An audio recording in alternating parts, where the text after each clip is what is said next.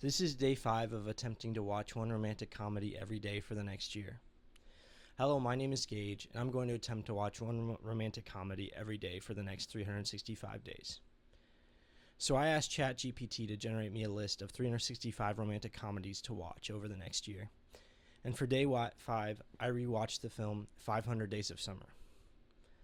A lot of people I know dislike this film for a multitude of reasons.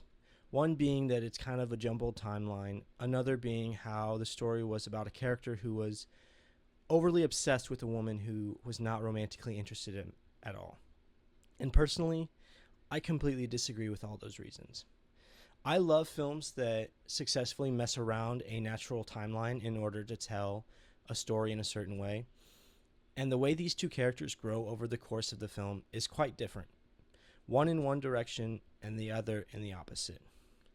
Tom is someone who doesn't believe he'd be happy until he found the one.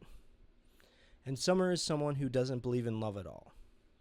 And I think when Summer meets Tom and sees how passionate he is about love, she wants to know why. And I think that's why she decides to become friends with him.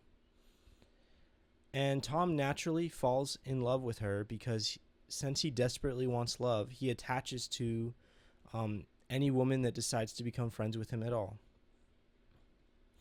And I think when Summer sees how Tom is desperately in love with her, she realizes that she was wrong, and she decides to open up to the idea of love, just not with Tom because she never felt that way for him. Which is why by the end of the film, she gets engaged with someone. Now for Tom, when you lose someone who you think you are in love with, you completely spiral out of control.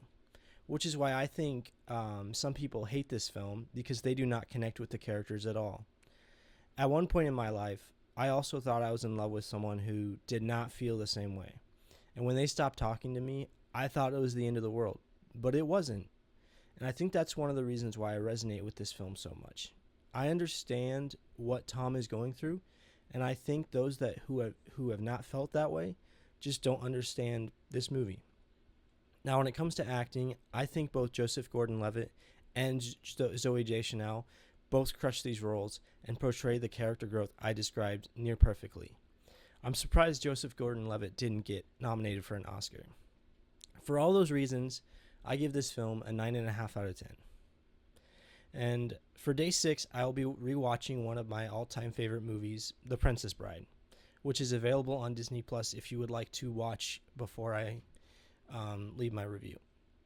And if you'd like to follow my journey of watching 365 romantic comedies over the next year, give me a follow.